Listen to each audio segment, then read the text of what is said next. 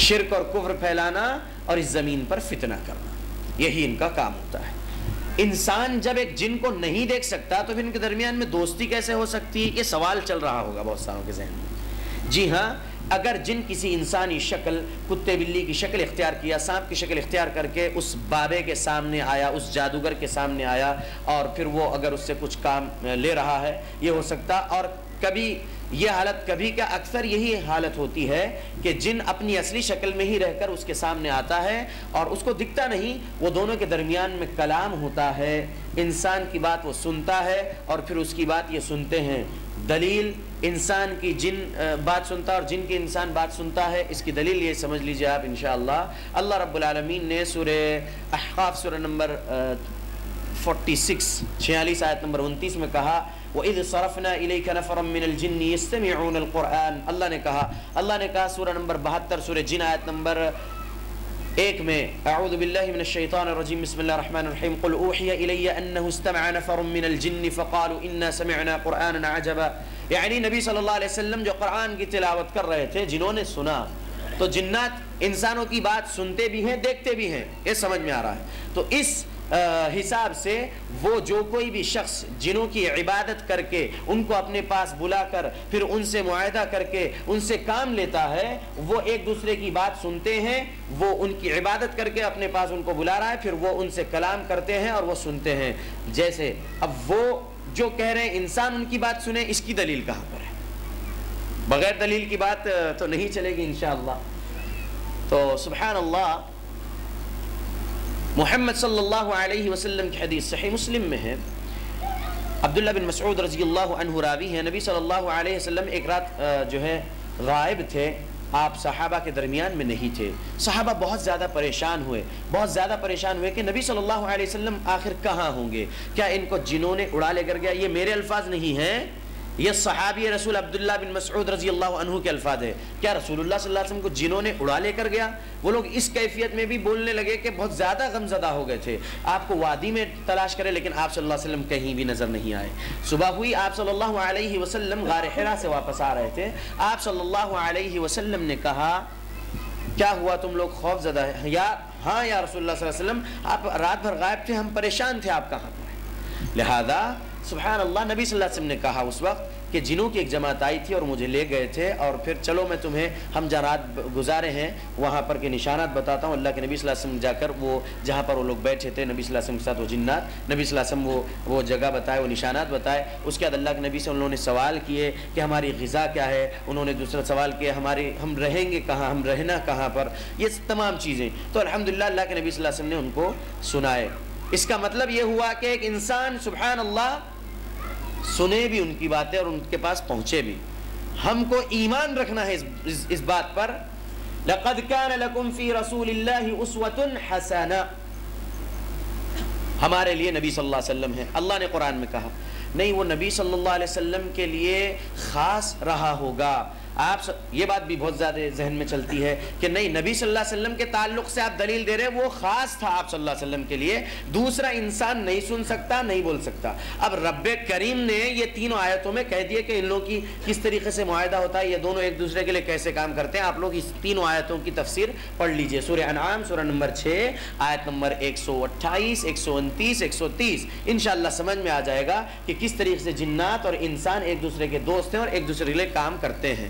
بہت زیادہ تفصیل سے سمجھا سکتے ہیں، لیکن موضوع میں یہ نہیں چاہتا ہوں، میں جن جادو کی حقیقت پوری نہیں بیان کرنا ہے مجھے، جن جادو کی بیماریوں کا علاج، لیکن کیسے، اس لیے میں اس طرف نہیں جا رہا۔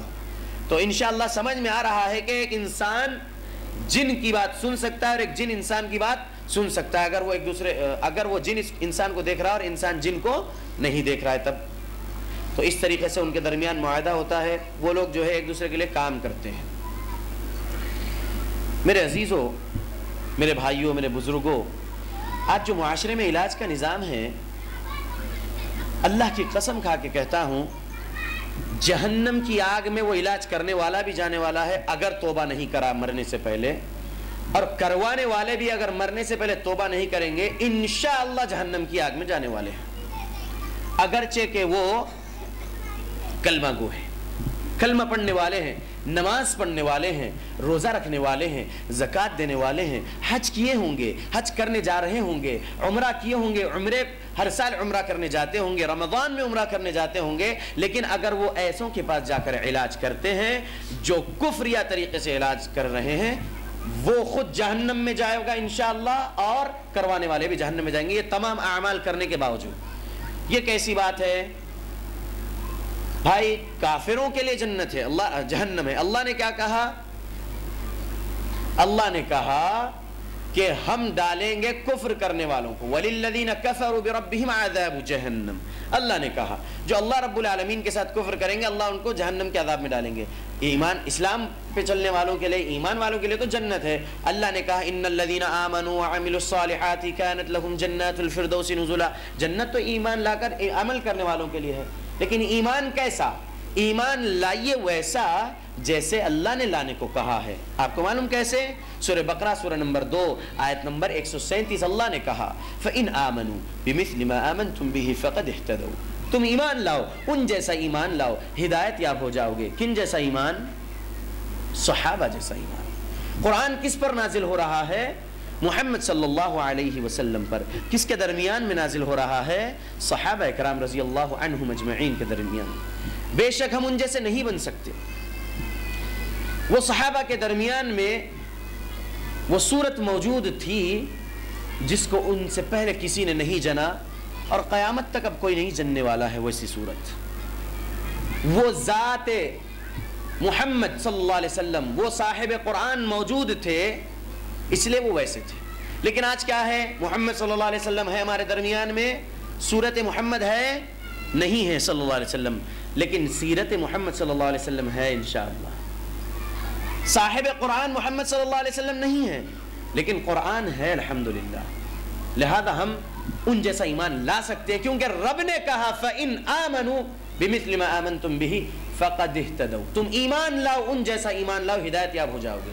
صحابہ جیسا ایمان لانے کو اللہ حکم دے رہے ہیں، لا سکتے ہوں گے ان جیسا ایمان، اس لیے اللہ حکم دے رہے ہیں۔ بے شک ہم ان جیسے بن نہیں سکتے، کیونکہ وہ صحبت رسول صلی اللہ علیہ وسلم میں رہ چکے ہیں۔ اللہ اکبر۔ اس لیے میرے عزیزو، ایمان لانے کے بعد عمل صالح کر رہے ہیں، لیکن ایمان کیسا لائے ہیں؟ شرک بھی کر رہے ہیں۔ نہیں، ایمان والا شرک کہاں سے کرتا؟ ایمان والا شرک نہیں کرتا۔ یہ لوگوں کی ذہنیت کی بات ہے۔ میرے رب کی بات سن لیجئے، ہمیں لوگوں کی بات کو سننا ہے۔ ہم ہر فرقے کی بات سنیں گے، کہاں پیش کریں گے؟ قرآن اور حدیث پر۔ قرآن حدیث اس کے بارے میں کیا کہتا ہے ہم اس کو لیں گے۔ اگر وہ قرآن حدیث سے ٹکرا رہا ہے ہم وہ بات کو چھوڑ دیں گے۔ اللہ کہہ رہے ہیں ایمان والا شرک کرنے والا ہے، لیکن سبحان اللہ لوگ کہتے ہیں کہ نہیں، ایمان والا شرک نہیں کر سکتا۔ سورہ یوسف سورہ نمبر 12 آیت نمبر 106 اللہ رب العالمین نے کہا قرآن مجید میں، اللہ اکبر، کیا کہا؟ وَمَا يُؤْمِنُ أَكْثَرَهُمْ بِاللَّهِ إِلَّا وَهُمْ مُشْرِكُونَ۔ اکثر لوگ ایمان لانے کے باوجود شرک کرتے ہیں، ایمان لانے کے باوجود شرک کرتے ہیں، سبحان اللہ۔ لہذا یہ شرک، شیخ محترم نے ہم سے پہلے جو کچھ بھی آپ کے سامنے خطاب رکھے الحمدللہ شرک کے موضوع پر، الحمدللہ درست رہا یہ چیز، الحمدللہ کہ شرک کیا ہے، توحید کیا ہے، اس کی وضاحت لوگوں کے سامنے ہر بار کرتے رہیں، کیونکہ اگر شرک کے علاوہ کے گناہ پر انتقال ہوا ہے، وہ رب کریم نے کہا سورہ نساء آیت نمبر 48 میں ان اللہ لا یغفر ان یشرک بہ ویغفر ما دون ذلک لمن یشاء۔ ان اللہ، بے شک اللہ، لا یغفر، نہیں مغفرت کرے گا، ان یشرک بہ، جس نے اس کے ساتھ شرک کیا ہو، ویغفر، اور مغفرت کر دے گا اللہ، ما دون ذلک لمن یشاء، جو کوئی بھی گناہ ہو گئے شرک کے علاوہ، اللہ چاہے تو کروڑاں برس اس کو جہنم کی آگ میں جلانے کے بعد، صحیح بخاری کتاب الایمان کی اس حدیث کے مطابق نہر الحیات جو ہے جہنم و جنت کے درمیان، اس نہر الحیات میں ڈوبا کر جو ہے اس کو جنت دے دے گا اللہ، ہو سکتا ہے۔ لیکن جس نے شرک کیا وہ دائمی جہنم میں رہنے والا ہے، وہ ہمیشہ کی جہنم میں رہنے والا ہے۔ لہذا میرے عزیزوں، شرک کرتے ہیں ایمان لانے کے باوجود بھی لوگ۔ یہ جو لوگ بیٹھے ہوئے علاج کرنے کے لیے، یہ کیا کرتے ہیں اور ان کو پہچانا کیسے جائے؟ یہ لوگ کیسے علاج کر رہے ہیں اور ہم جو قرآن اور حدیث کی بات کر رہے ہیں ہم کو علاج کیسے کرنا ہے اور کیسے کروانا ہے، یہ موضوع پر ہم آ جاتے ہیں انشاءاللہ۔ میں جن کی بات بتایا ہوں، اور یہ جن اور انسان جو جادوگر ہے ان کے درمیان کا جو معاہدہ ہوتا ہے، جو کچھ کرتے ہیں، اس کی دلیلیں میں آپ کے سامنے رکھا ہوں ایک دم مختصر انداز میں۔ جادو کی وضاحت بھی کر دیتا ہوں انشاءاللہ بات علاج کا بولنے سے پہلے۔ جادو کا عربی لفظ ہے سحر۔ اللہ رب العالمین نے قرآن مجید میں سورہ بقرہ سورہ نمبر 2 آیت نمبر 102 میں کہا اعوذ باللہ من الشیطان الرجیم واتبعوا ما تتلو الشیاطین على ملک سلیمان وما كفر سلیمان ولكن الشیاطین كفروا يعلمون الناس السحر وما انزل على الملكين ببابل هاروت وماروت۔ اللہ نے کہا اور وہ لوگ اس کے پیچھے پڑ گئے، اتباع کرنے لگ گئے، کس چیز کی؟ شیطانوں کے پیچھے۔ کفر سلیمان علیہ السلام نے نہیں کیا تھا، کفر شیاطین کیا کرتے تھے۔ شیاطین انسان بھی ہے اور جنات بھی ہے، یہ سمجھ لیجئے۔ شیطان جو میں آپ لوگوں کو پہلے بولا ہوں اس کی وضاحت کر دیتا ہوں انشاءاللہ آگے بڑھنے سے پہلے۔ اللہ نے کہا شیاطین، سورہ انعام سورہ نمبر 6 آیت نمبر 112، سورہ انعام سورہ نمبر 6 آیت نمبر 112، وَكَذَلِكَ جَعَلْنَا لِكُلِّ نَبِيٍّ عَدُوًّا شَيَاطِينَ الْإِنسِ وَالْجِنِّ۔ اللہ نے اس آیت میں انسانی شیطان بھی ہوتے ہیں اور جن شیطان بھی ہوتے ہیں یہ ہمیں بتایا ہے۔ تو ایمان رکھنا کہ انسانوں میں بھی شیطان ہے اور جنوں میں بھی شیطان ہے۔ کیسے؟